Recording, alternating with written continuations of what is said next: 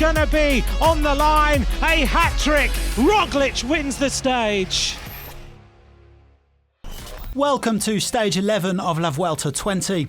This is part one of a brutal weekend of climbing which could well decide the outcome of the race. 4 Category 1 climbs, including a summit finish. Just look at that profile, up and down all day long, a sawtooth to the Alto de la Farrapona.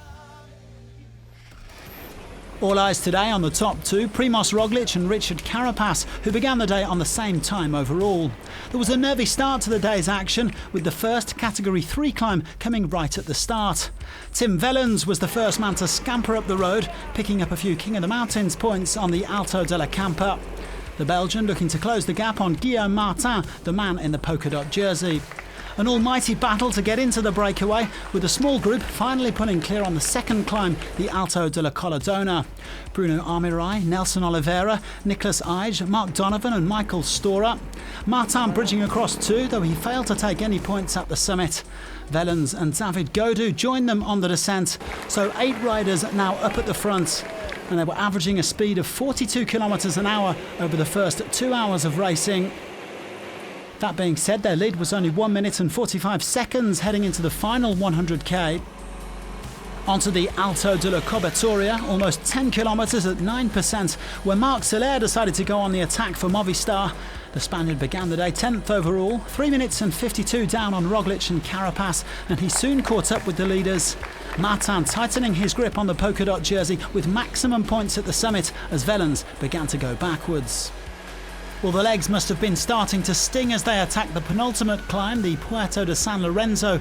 The breakaway increasing their lead to 3 minutes, but they still had 40 kilometres to cover. 10 more King of the Mountains points for Martin at the top, his virtual lead now up to 25.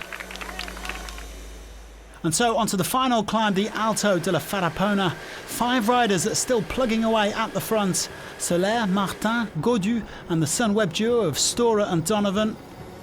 They still had 2.5 minutes in hand on the peloton. And the main bunch looked happy to let them contest the stage win. Jumbo-Visma setting a steady tempo for the race leader Roglic. With 5k to go on the steepest part of the climb, Soler kicked on, followed by Gaudu. The Spaniard and the Frenchman heading for a summit shootout. The favourites marking each other in the final as Gaudu hit the gas. It is going to be a win here for David Gaudu of the team of Groupama FDJ. The treat on Halloween goes to David Gaudu and he screams in joy. Roglic and the favourites rolling over the line around a minute later. Alexander Vlasov grabbed a couple of seconds, but today was all about David Gaudu. 24-year-old taking the biggest win of his career on Farrapona, his first on a Grand Tour. He came here as Groupama FDJ's leader, and while he's a little off the pace overall, this was a timely reminder of what he can do. A shriek of delight on the line after giving his team a much-needed win. It was a scream of relief because I'd been struggling a bit in recent days, sore legs, and I was complaining to the rest of the team. It's been a tough season. I have to admit I wasn't great at the start today, but I've managed to get the win up here, and that is absolutely exceptional.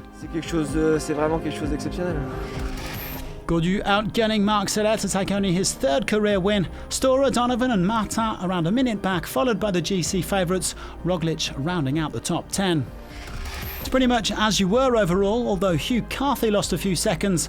Soler climbs to 6th, while the stage winner Gaudu's up to 12th, around 20 seconds off the top 10. Roglic remains in the green jersey, with Dan Martin sneaking into 2nd place in the points classification, ahead of Richard Carapaz.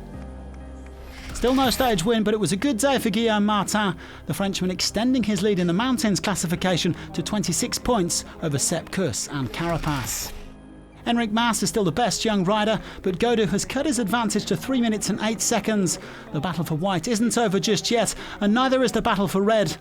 Halloween may be over, but there's still a frightening stage in prospect tomorrow. 5 climbs in just 110 kilometres, including the legendary Angliru. 12 kilometres at 10%. Chills guaranteed.